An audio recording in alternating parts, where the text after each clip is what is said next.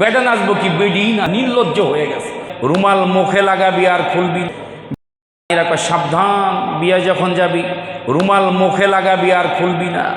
এখন তো আর পোলা পাইনার মুখে রুমাল লাগে না, নির্লজ্জ হয়ে গেছে। বেটা নাচবো কি বেডি নাচে, এই কথা কয় না। ইউটিউবে দেখেন নাই, আগে পুরুষ আনতে যেত, এখন নারী পুরুষের বিয়া করে আনতে যায়। নির্লজ্জতা কি পরিমাণ! আগে বিয়া করতে গেলে বেডিও কানতো, বেটাও কানতো, আর নানিরা কইতো যে মুখের মধ্যে রুমাল দিবি, সাবধান রুমাল খুলবি না। বেটা যে এই যে মুখে রুমাল দিছে, এদিকে শালি খোঁচায়, শালায় খোঁচা, কাম হইতো না। নানি কইয়া দিছে সাবধান, মুখের দিকে রুমাল খুললে মানুষ নির্লজ্জ বলবো। আপনি গেছেন বিয়া করতে, ধাক্কা খাইতে গেছেন, কিন্তু ধাক্কাইতেছে কে? শালি শালারা ধাক্কাইতেছে ইচ্ছা মতো। সামনে গেছে, দরজার সামনে যায় দেখে ফিতা, মা সবাই দাঁড়া গেছে, টেহা দেন বাসায় ঢুকতে হইলে। আরে মিয়া, আমি তো আপনার মাইয়ার আজীবন খাওয়াবো, আমার সঙ্গে টাকা দিবেন? দরজার সামনে দাঁড়া রয়েছে, দুলাভাই 10,000 টাকা দেন, নাহলে ঢুকতে দেবো না। বেড়াতে পড়ছে বিপদে, মুখের মধ্যে দিয়া ডাক দেখ, দিয়া দে, দিয়া দেবো মানে দরাদরি। আপনারা দেখেন নেই দি কখনো? কথা কয় না, সামনাসামনি হন নাই। আমরা মোল্লারা বাইচে গেছি কেন জানেন? বিয়ার দিন বাসায় যাই না, ডাইরেক্ট মসজিদে ঢুকছি। এ কারণে আমগারে কি ধরে নেই, মসজিদের সামনে ধরবো কে? আযমুন নিকাহি বারাকাতুন আইসারুহু মুকনাতুন, যেই বিবাহ যত কম খরচ সেই বিবাহ তত বরকত। ধরছে, ধরার পর এখন 10,000 চাইছে, 5,000 দিয়া ঢুকছে, 5,000 দিয়া। আর আপনারা দেখেন নেই বিয়া কখনো? 5,000 দিয়া ঢুকছে। ঢুকার পর বেচারা যায় ঈশ্বরে বইছে, মা একটু পর দিয়ে জুতা নেই। বিপদের উপর বিপদ, কি নাই? জুতা নাই মা, জুতার লিগা, জুতার দাম 300, আরো 5,000 দেন। জুতার দাম জরিমানা, ওই 3,000 দিয়ে কোন রকম জুতা ডান্স।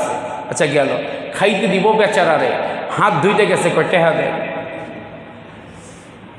হাত ধুইব 10 টাকার একটা সাবান দিয়া হাত ধুইব, কয় 1,000 দেন। গেছে 1,000, গেল কত? 5, 3, 1 কত? 9,000। এবার বেচারা বইছে খাইতে, সব শালাশালিরা আইছে, একটা খাসি অথবা মুরগি, হাত দিতে দেরি মা সিরা বিরা লয়ে গেল। বেচারার মাথায় পোলাও, শৈলে পোলাও, এই পোলাও খাইতে তো পারে নাই। আর ওই দিক দিয়ে বন্ধু যেদিকে গেছে চলনে, ওদের সামনে বইয়া খায়, আর হ্যাঁ খালি গেট বুলে, দোস্ত তুমি বইও, দোস্ত তুমি। আচ্ছা বলেন, যারা বরযাত্রী গেছে এরা কি আর আইব শ্বশুর বাড়ি? এরা আইব? আর এটাই তাকে শেষ খাওয়া। এখন বেচারা সারাদিন খাইতে পারে না, লইতে পারে নাই। শেষমেশ যখন বাসর ঘরে ঢুকবো, সেইখানেও কয়েকজন দাঁড়াইছে, বাসর ঘরে ঢুকতে হলে টেহা দিতে হইব, পুরান ডাকে ডিও হয়। বেচারা বিপদে পড়ে অনেক ঘরে তো ঢুকতে হইব, বাড়িতে তখন যাইব না। তা আবার দিছে কিছু দিয়া ঘরের মধ্যে ঢোকার পর এইবার বলেন, এই যে বাসর ঘরে ঢুকা গেলে এরপর শান্তি কার? জামাই। যারা গেছে এরা কথা কেন বিদায়, যারা গেছে তারা একবার কোন রকম জান্নাতে ঢুকতে পারলেই বাকিগুলি যা।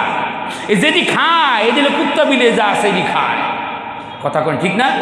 ইহুদি খ্রিস্টানরা খায়, আমগো জন্য খায়, এরা আরামে থাকে, আমাদের জন্য থাকে। আমরা যদি সেজদা না দিতাম, আল্লাহকে আল্লাহ বলে না ডাকতাম, আল্লাহ আসমানের জায়গায় আসমান রাখতো না, জমিনের জায়গায় জমিন রাখতো না। ওয়ালা তাকুমুস সাআতু হাত্তা ইয়াকুলা রাজুলু আল্লাহু আল্লাহ, আল্লাহ বলনেওয়ালা যদি কেউ না থাকতো, আল্লাহ আসমানের জায়গায় আসমান রাখতো না, জমিনের জায়গায় জমিন রাখতো না। ওই জামাইয়ের মতো হলো আমরা দুনিয়ার মধ্যে লাঠি খাই, এই খাই সেই খাই, তারা আরামে থাকে। তারা হলো বরযাত্রীর মতো, একবার আল্লাহ কয় জান্নাতের মধ্যে ঢুইকা যা, আর কোনো চিন্তা থাকবে না, আরাম আর আরাম, আরাম আর। এরপর শাশুড়ি যে মুরগিটা ধরবো, কক করে যে মুরগিটা ধরে কেক করে কাটবো, খাইবোটা কে? কথা কয় না। তারপর রাইতের বেলা ঘুমানোর আগে দুধ দিব, ডিম দিব, খাইবোটা কে? আর বরযাত্রীরা খাওয়াইব, এদি আর খাওয়ার চান্স পাইব? শেষ একবারই এদি। বেচারা একটু কষ্ট করছে আজীবনের জন্য। এরপর শুধু গ্রামে তো আগে এরকম ছিল, এখন তো আর নাই। যখন জামাই যাওয়ার লগে লগে কক করে আওয়াজ এলো, বুঝতো যে হ্যাঁ শাশুড়ি কোথায় দিছে, কথা ঠিক না? এখন তো আর নাই, এখন ফ্রিজ থেকে বাইক করে, আগের দিনটা আর নাই। আমরা নিজে দেখছি, আমার বাবারে দেখছি, আমার নানির বাড়ি যখন যাইতো আমগোরাই খাই আঙ্গ নিয়েই বাজারে যাইতো, সে নিজে বাজার করত। আর ওই দিক দিয়ে নানি আর নানারা দেখতাম এই তাড়াতাড়ি মুরগি ধর, মুরগি তো ছাইরা দিত।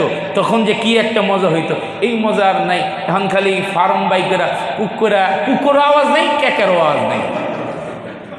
কথা বুঝেন নাই? কুকুরের আওয়াজ নাই, ক্যাকেরও।